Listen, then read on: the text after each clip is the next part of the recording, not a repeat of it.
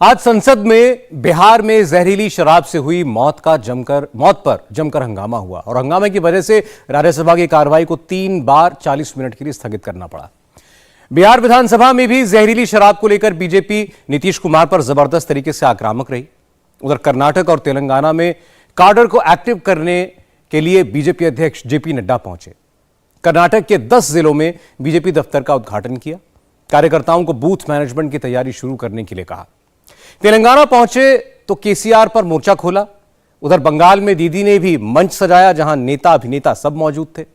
इस मंच से भी बड़ा मैसेज भेजा गया। दिसंबर के महीने में पॉलिटिकल गर्मी बहुत ज्यादा है, लेकिन नर्वस कौन है, देखिए।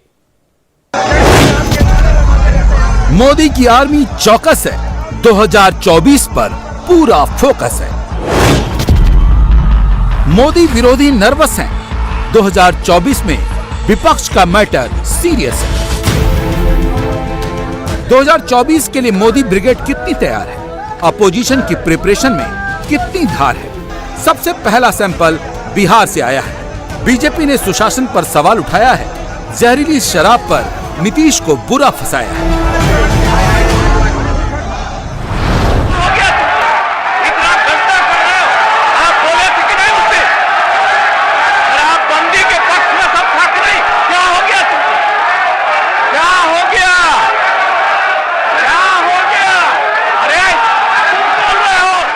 जहरीली शराब से तो शुरू से लोग मरते हैं और देश भर में मरते हैं। यहाँ जितना जहरीली, जब शराब बंदी नहीं थी तब भी जहरीली शराब से यहाँ भी मरते थे, लेकिन अन्य एक जान लीजिए, अन्य राज्यों में भी बहुत भारी संख्या में लोग जहरीली शराब से मरते। पिछली बार भी याद है ना, जहरीली शराब से मर गया तो कोई कहा कि इनको मिलना चाहिए कंपल्सन के। वाह, जो शराब पिएगा वो तो मरेगा ही। ये तो उदाहरण ही सामने है कि पियोगे तो मरोगे, यही तो बात है।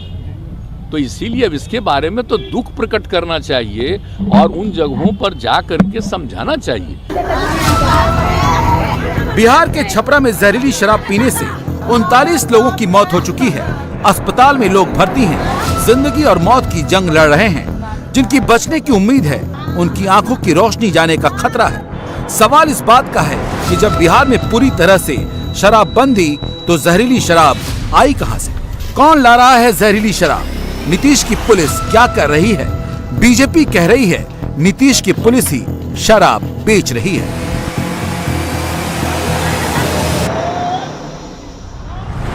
सारे पुलिस वाले लगे हुए हैं व्यापार करवाने में। अवैध व्यापार में कौन लोग लगे हुए? बच्चों का इस्तेमाल हो रहा है। स्कूल जाने वाले बच्चे, उनके बैग में 2 बोतल डाल दी जाती है, जाकर किसी को बेच देता है। 500 रुपया मिल गया, पुलिस की मिलीभगत है। अगर पुलिस चाहे तो किसी की हिम्मत है क्या कि बाहर से शराब लाकर जो बिहार के अंदर बेच सके? तो इसलिए इसके लिए स्ट्रॉन्ग विल पावर चाहिए। अब नीतीश जी का विल पावर खत्म हो गया। एक समय था, लेकिन अब उनका जो स्ट्रॉन्ग जो शक्ति होनी चाहिए, विल पावर होना चाहिए इन चीज़ों को लागू करने के लिए, वो विल पावर खत्म हो गया। नरेंद्र मोदी पे कह रहा है कि इनकी लाल आंखों पर चीनी चश्मा चढ़ा हुआ है। मुझे लग रहा है कि चूंकि ये चीनी चश्मा पहने हुए और ये पूरा कहते हैं ना कि विलायती दूध खा करके ये लोग पैदा हुए हैं। ये पार्टी विलायती दूध के द्वारा चल रहा है। देवेंद्र जी दुर्भाग्यपूर्ण है, शर्मनाक है। और उससे भी अधिक मुझे शर्म आती है जब मैं माननीय मुख्यमंत्री नीतीश बाबू की टिप्पणी देखता हूं सदन के अंदर। ये गाली गलौज की भाषा करेंगे वो देश के सीनियर मोस्ट मुख्यमंत्री है ना, लगभग 17 साल से मुख्यमंत्री हैं, केंद्रीय मंत्री रहे हैं। कौन सी भाषा है भाई? क्या हो गया नीतीश बाबू आपको? मतलब है कि नीतीश बाबू ने चीजें संभाल नहीं रही हैं और चले हैं देश को संभालने विपक्ष की ओर से।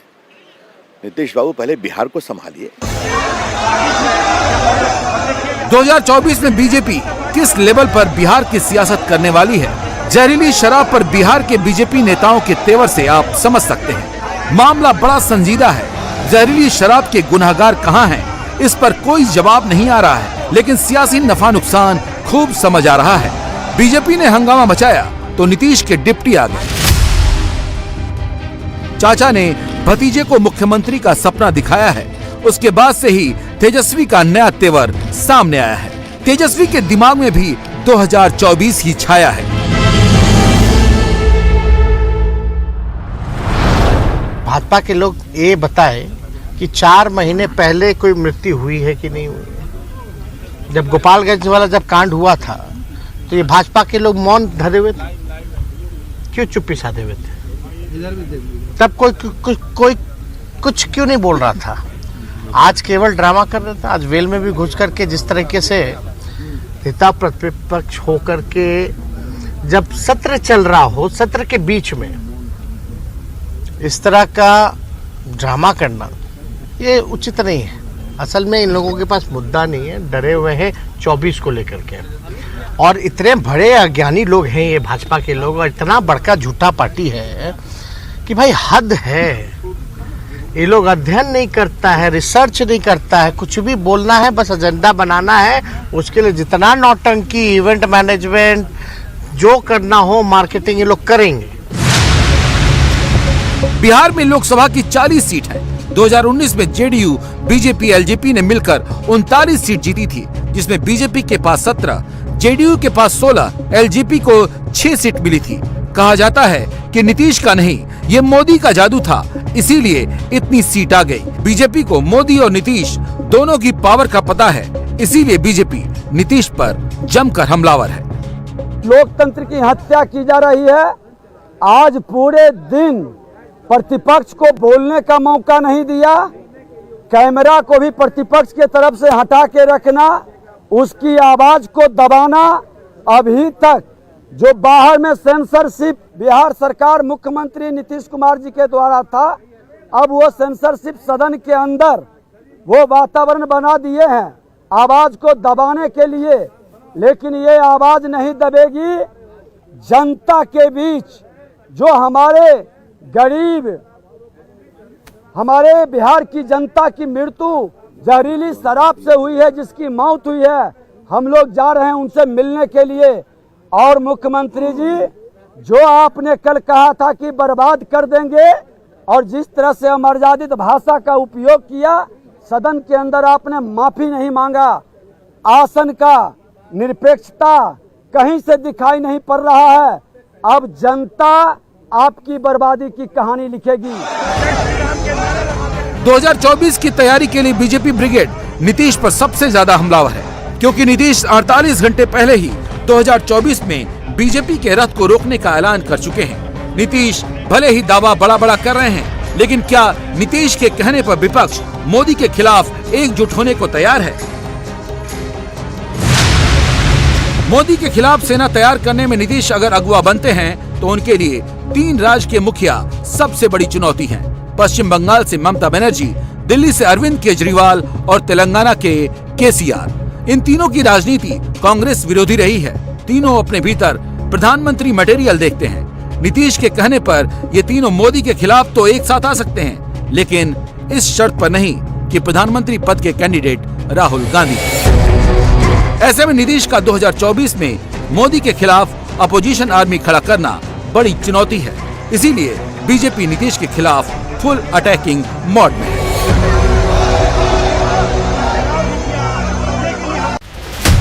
– 2024 में किसकी कितनी तैयारी, इसका दूसरा सैंपल कर्नाटक और तेलंगाना से आया। मोदी की आर्मी इन दोनों स्टेट में एक्टिव हो गई है।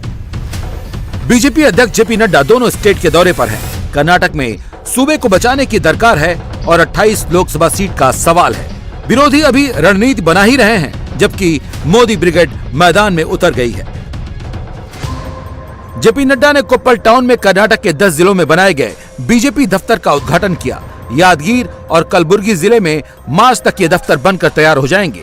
जिन 10 जिलों में ऑफिस बनाए गए हैं, उसमें ज्यादातर जिले हैदराबाद कर्नाटक रीजन में आते हैं। मुंबई, कर्नाटक और ओल्ड मैसूर रीजन में भी जिला स्तर पर पार्टी कार्यालय खोले गए हैं। मार्च महीने के बाद इन्हीं दफ्तरों में बीजेपी चुनाव का काम करेगी।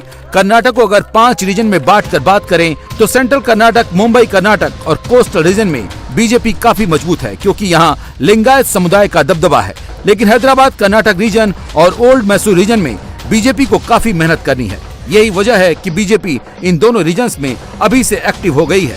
बीजेपी कर्नाटक में भी गुजरात की सफलता को रिपीट करने की तैयारी कर रही है, लेकिन गुजरात की तरह कर्नाटक में कांग्रेस इतनी कमजोर दिखाई नहीं दे रही। कर्नाटक ही एकमात्र ऐसा राज्य है जहां पर कांग्रेस को इस बार संभावनाएं नजर आ रही। इसकी बड़ी वजह है राज्य बीजेपी का कमजोर नेतृत्व और सरकार पर लगातार लग रहे भ्रष्टाचार के आरोप। मोदी आर्मी युद्धाभ्यास में जुट गई है। कर्नाटक में बीजेपी ने पूरा जोर लगाना अभी से शुरू कर दिया है। उसकी वजह भी है 2019 में आम चुनाव में कलबुर्गी संसदीय सीट से बीजेपी ने पहली बार कांग्रेस के कद्दावर नेता मल्लिकार्जुन खड़गे को हरा दिया था। मल्लिकार्जुन खड़गे फिलहाल कांग्रेस पार्टी के नेशनल प्रेसिडेंट हैं। कर्नाटक में बाजी जीतकर बीजेपी बड़ा संदेश देना चाहती है, लेकिन मोदी विरोधियों की क्या तैयारी है? कर्नाटक में कांग्रेस को अपने 40% सरकार के अभियान पर भरोसा है। साथ ही कांग्रेस को लगता है कि बीजेपी के जो सबसे बड़े चेहरे हैं प्रधानमंत्री नरेंद्र मोदी, भाषा की दिक्कत के चलते कर्नाटक में उनका जनता से सीधा कनेक्ट नहीं बन पाता है। कांग्रेस को लगता है कि कर्नाटक में इसी वजह से मोदी मैजिक काम नहीं करेगा। कांग्रेस के लिए सबसे बड़ी परेशानी पार्टी की अंदरूनी कलह है। ये बात किसी से छिपी नहीं है कि कर्नाटक कांग्रेस में कई गुट हैं। प्रदेश अध्यक्ष डीके शिवकुमार और सिद्धारमैया दोनों में सीएम बनने की होड़ मची हुई है। एआईसीसी के अध्यक्ष मल्लिकार्जुन खड़गे का अपना खेमा है। इन सभी गुटों को एकजुट रखकर चुनाव में जाना कांग्रेस के लिए सबसे बड़ी चुनौती है। कर्नाटक की जमीन से आज बीजेपी के राष्ट्रीय अध्यक्ष जेपी नड्डा ने कहा कि अगर कर्नाटक की जनता बीजेपी को आशीर्वाद देती है तो वो कर्नाटक में भी गुजरात का विकास मॉडल लागू करेंगे। बीजेपी को ये अच्छे से पता है कि अगर पार्टी को दक्षिण में खुद को मजबूत करना है तो कर्नाटक में दोबारा सरकार बनानी होगी। पार्टी के सामने चुनौतियां कई ज्यादा हैं और वक्त बहुत कम, इसीलिए पार्टी ने समय से पहले ही चुनाव की तैयारी शुरू कर दी है। वहीं कांग्रेस को भी इस बार कर्नाटक में संभावनाएं नजर आ रही हैं, लेकिन पार्टी के अंदर की कलह जग जाहिर है। सिद्धरामैया और डीके शिवकुमार के बीच आपसी खींचतान किसी से छिपी नहीं है और ऐसा प्रतीत होता है कि नेताओं के बीच ये आपसी खींचतान पार्टी के लिए बीजेपी से भी ज्यादा नुकसानदेह साबित होंगी।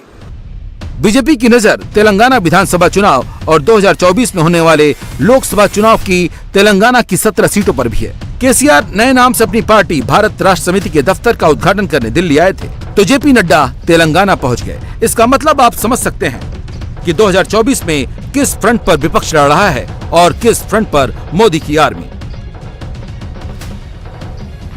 मैं केसीआर को बता देना चाहता हूं कि ये प्रजातंत्र है। दमन को प्रजातंत्र के अंदर इतिहास के कूड़ेदान में दफन कर देती है ये जनता है। इसको पहचानो, इसको समझो।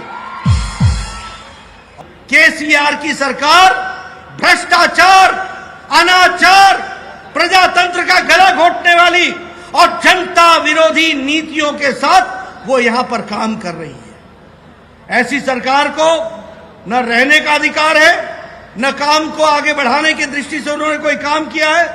अब समय आ गया है जब उनको गुड बाय कहा जाए, उनको आराम दिया जाए और हमारे लोगों को काम दिया जाए और सरकार को आगे बढ़ाने का अधिकार। आज मुझे दुख के साथ कहना पड़ता है कि यह स्टेट तेलंगाना जो एक समय में सरप्लस स्टेट थी, उसको आज डेट में डालने का काम किया है तो केसीआर ने किया है। उसको अंधेरे में धकेलने का काम किया है तो केसीआर ने किया है। और आपको जानकर आश्चर्य होगा कि आज तेलंगाना प्रदेश जो आज से 8 साल पहले सरप्लस स्टेट था, आज 3.29 लाख करोड़ रुपए के डेट में खड़ा है ये हमारा प्रदेश। और मैं तो ये कहूंगा कि टीआरएस से बीआरएस और बीआरएस से आने वाले समय में वीआरएस वॉलंटरी रिटायरमेंट हो जाने वाली है। वीआरएस लेने वाले वॉलंटरी रिटायरमेंट स्कीम को लेंगे। चौथा सैंपल पश्चिम बंगाल से आया। यहाँ लोकसभा की 42 सीट है और यहाँ पर एक छत्रराज ममता बनर्जी का है, जो अपनी कैडर की पावर की बदौलत अभी तक बंगाल में कमल को ठीक से खिलने तक नहीं दिया। टीएमसी की नजर में मोदी की असली अपोनेंट ममता ही है और ममता बनर्जी ने भी 2024 की तैयारी शुरू कर दी। ममता ने मन सजाया, जहां नेता भी थे अभिनेता भी। दीदी, दादा, कोलकाता जमाई बाबू, द ग्रेट श्री अमिताभ बच्चन আর জয়া আন্টি, এদেরকে আবার এই মঞ্চে দেখে আমার খুব ভালো লাগছে। फिल्म फेस्टिवल के मौके पर यह मजमा जुटा था, लेकिन ममता के मन से जो मैसेज आया उसका असर आने वाली सियासत पर भी होना तय है। सुपरस्टार शाहरुख खान अपनी आने वाली फिल्म पठान को लेकर बड़ी चर्चा में है। मध्य प्रदेश के गृह मंत्री नरोत्तम मिश्रा ने पठान के गाने में भगवा का अपमान बताया, जिसको लेकर शाहरुख खान का जवाब इसी मन से आया। अब दुनिया जो है नॉर्मल हो गई है, हम सब खुश हैं, मैं सबसे ज्यादा खुश हूं। और ये बात बताने में मुझे बिल्कुल भी आपत्ति नहीं है कि दुनिया कुछ भी कर ले, मैं और आप लोग और जितने भी पॉजिटिव लोग हैं सब के सब जिंदा हैं। ममता बनर्जी के मन से मैसेज कहां गया समझना मुश्किल नहीं है, और ये भी तय है कि दीदी 2024 में मोदी से नेक टू नेक फाइट करने के मूड में है और वो इसके लिए हर दांव खेल सकती हैं। ऐसा ही एक दांव उन्होंने एनसीपी के सीनियर नेता रहे माजिद मेमन को तृणमूल में शामिल करके दिया। आने वाले 2024 के लिए लोकसभा के चुनाव के लिए तैयारियां करने के लिए हमारे पास 1.25 साल का वक्त है, और हमें विश्वास है कि जिस प्रकार से पर्टिकुलरली टीएमसी ने जो अपनी ताकत दिखाई है, आई salute the leader of this party Trinamool Congress, the tigress who roared in such a manner that her voice was heard not just within West Bengal but almost in the length and width of the whole of country. मुझे विश्वास है कि जिस शक्ति के साथ हमारी नेता ने इन लोगों को वेस्ट बंगाल में जो बताया है, वो आने वाले दिनों में 2024 में हम लोकसभा के लिए भी एक साथ जुट करके बताएंगे। इंडिया टीवी हर वक्त हर जगह डाउनलोड करने के लिए सर्च करें India TV news Google play store या ऐप स्टोर पर।